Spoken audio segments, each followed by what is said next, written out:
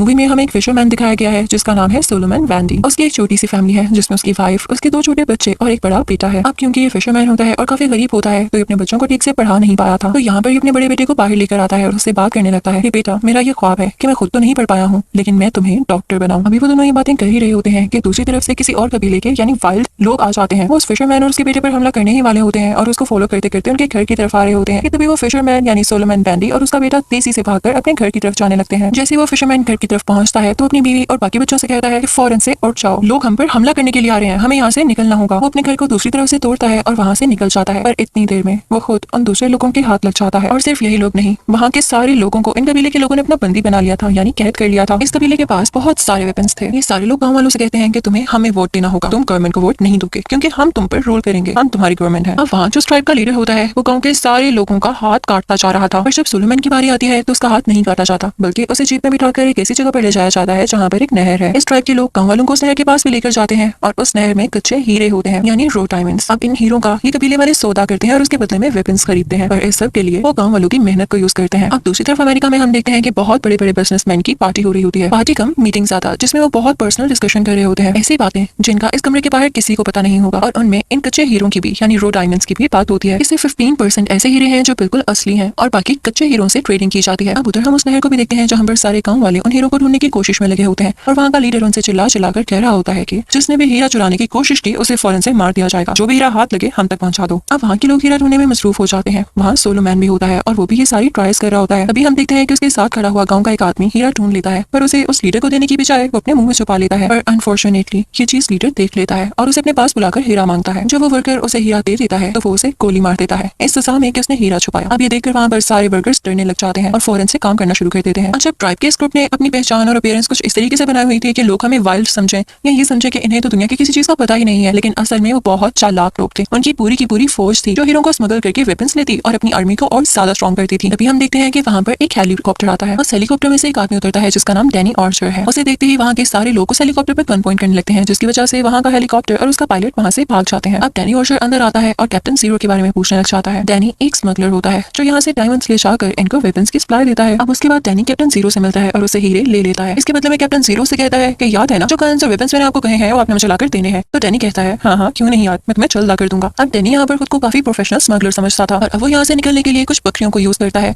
और उनमें वो हीरे छुपा कर वहाँ से निकल जाता है। पर रास्ते में पुलिस उसे पकड़ लेती है और उन बकरियों की तलाशी लेते हुए वो हीरे भी रिकवर कर लेती है, जिसके बाद डैनी तो पकड़ा जाता है। आइए अब देखते हैं कि उधर नहर की तरफ क्या हो रहा है। अब बाकी लोगों की तरह सोलोमैन भी उन हीरो को ढूंढ रहा होता है कि तभी उसके हाथ एक बहुत बड़ा हीरा लगता है जिसे वो अपने टो के नीचे यानी पांव की उंगली के नीचे छुपा लेता है। तभी वहाँ पर पानी को पंप करने वाली मोटर खराब हो जाती है और सारे लोगों का ध्यान उसकी तरफ लग जाता है। तो इसी बात का फायदा उठाते हुए सोलोमैन उनसे कहता है कि मुझे वॉशरूम जाना है। जैसे वो वहाँ से जाने वाला होता है तो उससे पहले उसकी अच्छी तरह तलाशी ली जाती है, पर उसे कोई हीरा नहीं मिलता क्योंकि वो तो उसने पांव के बहुत नीचे छुपा रखा था। पर जैसे वो आगे बढ़ता है और उस हीरे को निकालकर मिट्टी में डुबाने वाला होता है तो वही कमांडर उसके पीछे आ जाता है और उसे कहता है लाओ ये हीरा मुझे दे दो, तुम्हारी चालाकी अब और काम नहीं आएगी। अब सोलोमैन जब लड़का को हीरा उसे वापस करने वाला होता है तभी वहाँ पर किसी और मुल्क की फौज का अटैक हो जाता है जिसमें वो कमांडर तो मारा जाता है, लेकिन सोलोमैन बहुत टाइम पर वहाँ से अपनी जान बचाकर निकल जाता है। लेकिन जल्दी वो गवर्नमेंट के लोग वहाँ पर भी आ जाते हैं और पता चलता है कि वही गवर्नमेंट है जिन्हें इस कबीले वालों ने वोट देने से मना किया था और वो इन लोगों को पकड़ रहे हैं। हालांकि सोलोमैन की तो इसमें कोई गलती नहीं होती, फिर भी उसे उस हीरो को वहाँ पर ही दबाना पड़ता है और वो अपने आप को सरेंडर कर लेता है, जिसके बाद वो गवर्नमेंट के लोग उसे एक जेल में ले जाते हैं और उसी जेल में डैनी आर्चर भी होता है। तभी सोलोमैन देखता है कि वहाँ पर वो आदमी यानी वो कमांडर भी है जिसे वो समझ रहा था कि वो गवर्नमेंट के हाथों मर चुका है। उसकी आंख पर पट्टी लगी होती है, वो भी सिर्फ जख्मी होता है। अब वो भी जब जेल में आ रहा होता है तो अपनी जख्मी हालत की वजह से तो लेटा होता है पर अभी भी जिंदा होता है। अब यहाँ पर वो सोलोमैन को देखकर चिल्लाने लग जाता है, मुझे वो हीरा वापस करो, मैंने देखा था कि तुमसे छुपा रहे थे, अगर तुमने वो हीरा मुझे वापस ना किया तो तुम्हारे साथ बहुत बुरा होगा। साथ ही साथ उसी की जेल में यानी उसी के कैबिन में जो और लोग होते हैं वो उससे कहता है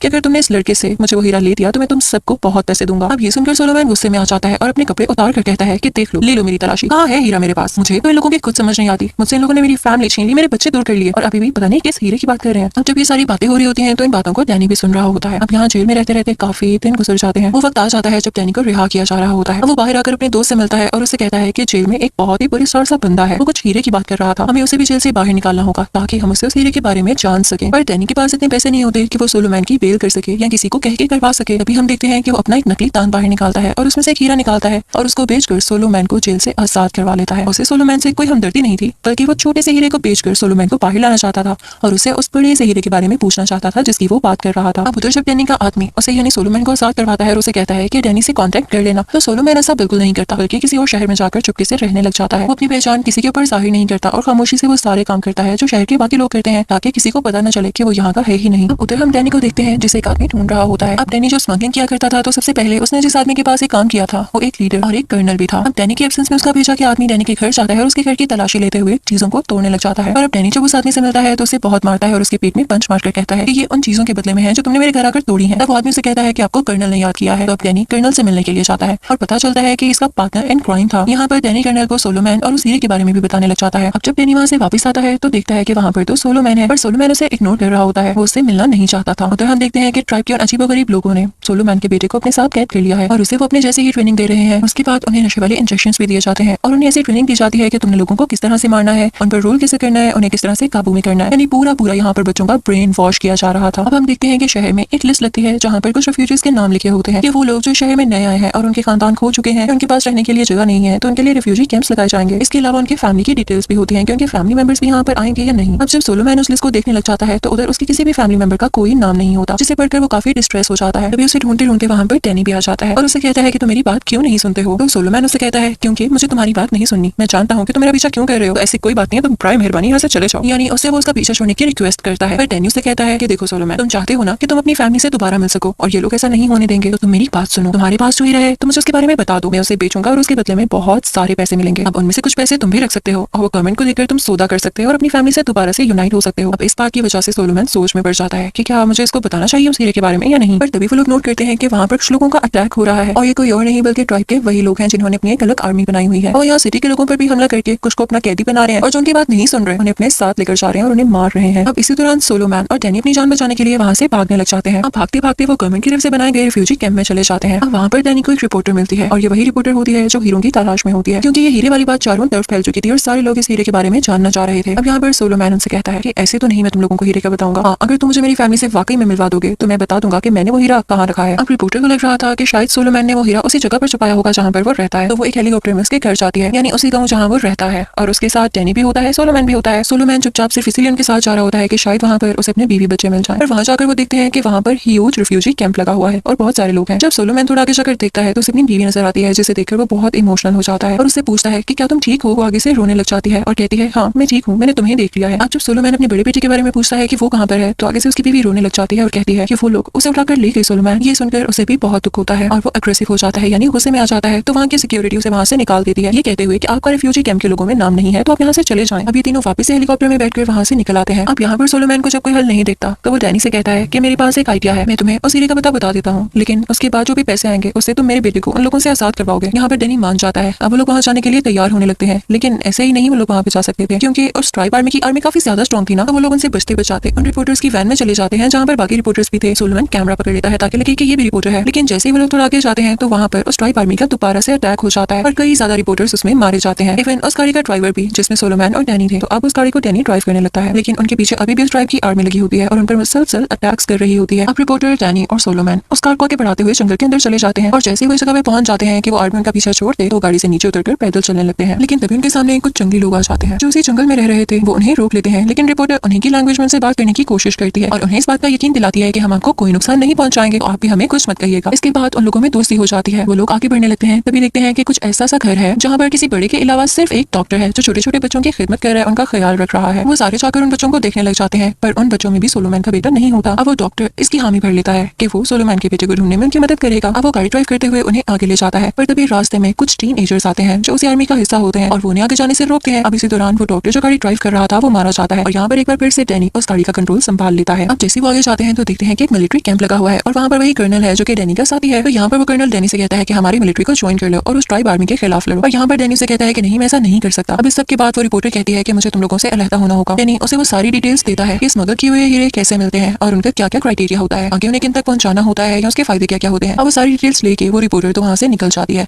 और अब डैनी और सोलोमैन खुद आगे जंगल में बढ़ने लग जाते हैं। अब जब सोलोमैन और डैनी आगे बढ़ रहे होते हैं तभी वहाँ पर उन्हें उस ट्राइब की आर्मी दिखाई देती है जो कि कुछ बच्चों पर और कुछ बड़ों पर होती है, यानी उसमें बच्चे भी होते हैं और बड़े भी। और उन्हीं लोगों में सोलोमैन का अपना बेटा दिखाई देता है। उसे आवाज देता है मेरे बेटे मेरी बात सुनो, मेरी तरफ देखो। पर इससे पहले कि सोलोमैन का बेटा अपने बाप को देख पाता बाकी लोग उन्हें देख लेते हैं और उन पर फायरिंग करने लग जाते हैं और इसी दौरान अब वो दोनों दोबारा से अपनी जान बचाने के लिए वहाँ से भागने लगते हैं। अब क्योंकि जंगल में काफी रात हो रही होती है और ये सही टाइम नहीं होता लोगों को ढूंढने का, क्योंकि जंगल में घने दरख्त और अंधेरे की वजह से उन्हें ढूंढना काफी इम्पॉसिबल सी बात है। तो वो ट्राइब वाले वहाँ से चले जाते हैं। अब जब सुबह होती है तो डैनी सोलोमैन को बहुत बुरा भला कहता है कि तुम्हारी आवाज देने की वजह से हमारी पूरी रात जाया हो गई, वरना हम काफी आगे पहुंच चुके होते। होते। यहाँ पर सोलोमैन उसे कैसे समझाता कि वो अपने बेटे को इस तरह से देख के रह नहीं पाया था, वो खुद को रोक ही नहीं सका। लेकिन यहाँ चलते चलते फिर भी डैनी उसे काफी बुरा भला कहता है और अब इन दोनों में हाथापाई होने लगती है, जिसके बाद सोलोमैन उसे काफी ज्यादा पीटने लगता है। और जब डैनी उसे पीटने वाला होता है तो वो उसे समझाता है कि देखो तुमने मेरे साथ वाकई गलत किया है, अगर मैंने अपने बेटे को देख लिया था तो तुम ये सोच सकते हो कि मैं खुद को रोक पाता। यहाँ पर डैनी को इस बात का एहसास हो जाता है और वो दोबारा से उसे सुलह कर लेता है। अब चलते चलते वो लोग उसके बहुत करीब पहुंच जाते हैं, जिस नदी में से, जिस नहर में से हीरे निकाले जाते हैं, और उस जगह के भी बहुत करीब जहाँ पर सोलोमैन ने वो हीरा दबाया हुआ था। वो सारा दिन दूरबीन से उन पर नजर रखते हैं और जैसे ही रात होती है तो उस गांव के अंदर जाने की कोशिश करते हैं। अब यहाँ पर सोलोमैन का अपना बेटा दोबारा से दिखाई देता है, वो उसके पास जाता है और उसे बुलाने की कोशिश करता है, पर ब्रेन वॉश होने की वजह से सोलोमैन का बेटा उसे पहचान ही नहीं पाता। वो उस पर गन पॉइंट कर लेता है और इसी वजह से सारी ट्राइब के लोग अट्रैक्ट होकर उनकी तरफ आते हैं और अब वो लोग सोलोमैन को अपना बंदी बना लेते हैं। अब सोलोमैन जब उनका कैदी बन जाता है तो वो सारे लोग उसे उसी कमांडर के पास लेकर जाते हैं जो सोलोमैन की वजह से जख्मी हुआ था और वो इस बात का विटनेस था कि सोलोमैन ने हीरा दबाया है। अब यहाँ पर वो कमांडर सोलोमैन के बेटे को सामने करता है और उसे गन पॉइंट पर रख के कहता है कि सोलोमैन देखो, अगर तुमने मुझे उस हीरे के बारे में ना बताया तो मैं तुम्हारे बेटे को यहीं पर मार दूंगा। अब यहाँ पर सोलोमैन सोच में पड़ जाता है कि उसे क्या करना चाहिए। अब ये सारी चीजें दूर खड़ा डैनी भी देख रहा होता है, तो अपने मिलिट्री फ्रेंड से कांटेक्ट करता है और उनसे कहता है कि यहाँ पर आर्मी भेजी जाए या तो इस जगह पर अटैक किया जाए। अब कुछ ही देर में मिलिट्री के लोग आ जाते हैं और वहाँ पर अटैक हो जाता है। डैनी भी फौरन वहाँ पर आ जाता है और सबसे पहले सोलोमैन के बेटे को वहाँ से बाहर निकालता है और साथ साथ उस ट्राइब की आर्मी पर खुद भी शूट कर रहा होता है। अब मिलिट्री के यहाँ पर आने का ये फायदा होता है कि मिलिट्री वहाँ आकर उस ट्राइब आर्मी को अपना बंदी बना लेती है और सारे बुरे लोगों को मार डालती है। अब कर्नल यहाँ पे डैनी के पास बढ़ता है और उसे कहता है कि अब मुझे उस हीरे के बारे में बताओ। अब यहाँ पे तो डैनी से कह देता है कि इसके बारे में सोलोमैन को पता है, सोलोमैन बताओ इन्हें हीरे के बारे में। पर असल में डैनी के पास एक प्लान होता है कि जब कर्नल मिलिट्री को उनके साथ उस हीरे को ढूंढने भेजेगी तो ये लोग उन सारे मिलिट्री के लोगों को मार डालेंगे और उस हीरे को खुद लेके वहाँ से भाग जाएंगे। और ऐसा ही होता है, जब कर्नल मिलिट्री को उनके साथ भेजता है तो वो उनको मारते हुए उस हीरे को निकाल कर वहाँ से भाग जाते हैं। अब जब वो लोग यहाँ से जाने वाले होते हैं तो सोलोमैन के सामने उसका बेटा आ जाता है। सोलोमैन उसको आवाज देता है कि तुम मेरे बेटे हो, पर वो उसे नहीं पहचानता और अपने ही फादर के ऊपर गन पॉइंट कर देता है। फिर सोलोमैन उसे उसकी माँ का नाम बताता है और कहता है कि तुम मेरे बेटे हो, उन प्यारे लम्हों को याद करो जो तुम्हारे अपने बहन भाइयों के साथ और हमारे साथ गुजरे हैं। अब वो सब याद करके सोलोमैन का बेटा रोने लग जाता है, जिसकी वजह से उसका सारा नशा बाहर आ जाता है। वो अपने फादर को गले से लगा लेता है। अब डैनी अपने एक दोस्त को कॉल करता है और उन्हें लोकेशन सेंड करके कहता है कि हम इस जगह पर हैं तो यहाँ पर एक हेलीकॉप्टर भिजवा दो। उसका दोस्त हामी भर लेता है और जल्दी उस जगह पर हेलीकॉप्टर आने वाला है। पर अब उस जगह तक पहुंचने के लिए उन्हें थोड़ी सी चढ़ाई करनी थी, यानी क्लाइंबिंग करनी थी। पर वो सारे अटैक्स में डैनी का काफी खून बह गया था क्योंकि उसे गोली लग चुकी थी और वो ज्यादा चल तो क्या चढ़ ही नहीं सकता था। यहाँ पर जब सोलोमैन उसे देखता है कि हमारे साथ नहीं आ सकता तो उसे कहता है कि मैं तुम्हें अपने कंधे पर बिठा कर लेकर जाऊंगा। पर जैसे भी लोग थोड़ा आगे पहुंचते हैं तो डैनी का काफी ज्यादा खून बह जाता है और वो काफी वीक फील करने लगता है। तो सोलोमैन से कहता है कि अब मैं आगे सफर नहीं कर सकूंगा, तुम्हें अकेले ही जाना होगा। और उसे दूर भेजने से पहले वो अपने हाथ में हीरा निकालता है और सोलोमैन को थमाते हुए कहता है कि ये लो, ये है तुम्हारे बेटे का फ्यूचर, तुम उसे डॉक्टर बनाना चाहते थे ना, तुमने मुझे बताया था, ये लो अब इसकी जरूरत तुम्हें है, मुझे नहीं। जल्दी हेलीकॉप्टर भी आ जाएगा और उसमें बैठ के तुम लोग यहाँ से फौरन से निकल जाना। अब जैसे ही सोलोमैन और उसका बेटा उस हेलीकॉप्टर की तरफ जा रहे होते हैं तो वहाँ पर डैनी के पास उस ट्राइब की आर्मी के कुछ लोग आते हैं और मिलिट्री के भी, लेकिन डैनी उनको शूट करके मारने लग जाता है। अब दूसरी तरफ सोलोमैन और उसका बेटा हेलीकॉप्टर में बैठते हुए वहाँ से निकल जाते हैं। अब उधर डैनी उस रिपोर्टर को कॉल करता है और कहता है कि सोलोमैन और उसका बेटा हेलीकॉप्टर पर शहर के लिए निकल पड़े हैं, तुम्हें उनको रिसीव करना होगा और दुनिया को बताना होगा कि वो कितने ग्रेट थे और उनमें कितनी हीरोइक क्वालिटीज हैं। अब ये कहते ही कॉल बंद करते ही डैनी की जान चली जाती है। अब उधर शहर में जैसे ही सोलोमैन और उसका बेटा पहुंचते हैं तो वो रिपोर्टर उन्हें काफी अच्छे से वेलकम करती है और रिसीव करती है। अब उधर शहर में वो रिपोर्टर सारे लोगों को उस सोलोमैन बैंडी के बारे में बता रही होती है कि वो कितना ग्रेट आदमी है और उसने अब तक क्या क्या किया है और इस सारी पॉपुलैरिटी की वजह से वो काफी फेमस होने लगता है, लोग उसे पसंद करने लगते हैं। और अब वो भी दिन आ जाता है जब उसकी एक बहुत बड़ी प्रेस कॉन्फ्रेंस होती है। वो सूटेड बूटेड होता है और वहाँ जाने से पहले एक बार डैनी की पिक्चर को देखता है और उसे याद करता है। और अब जैसे ही वो हॉल में जाता है तो वहाँ पर बड़े बड़े बिजनेसमैन, पॉलिटिशियंस, बहुत ग्रेट पर्सनैलिटीज और साथ साथ वो रिपोर्टर भी बैठी होती है जो उसे वेलकम करने के लिए और उसे अप्रिशिएट करने के लिए क्लैप कर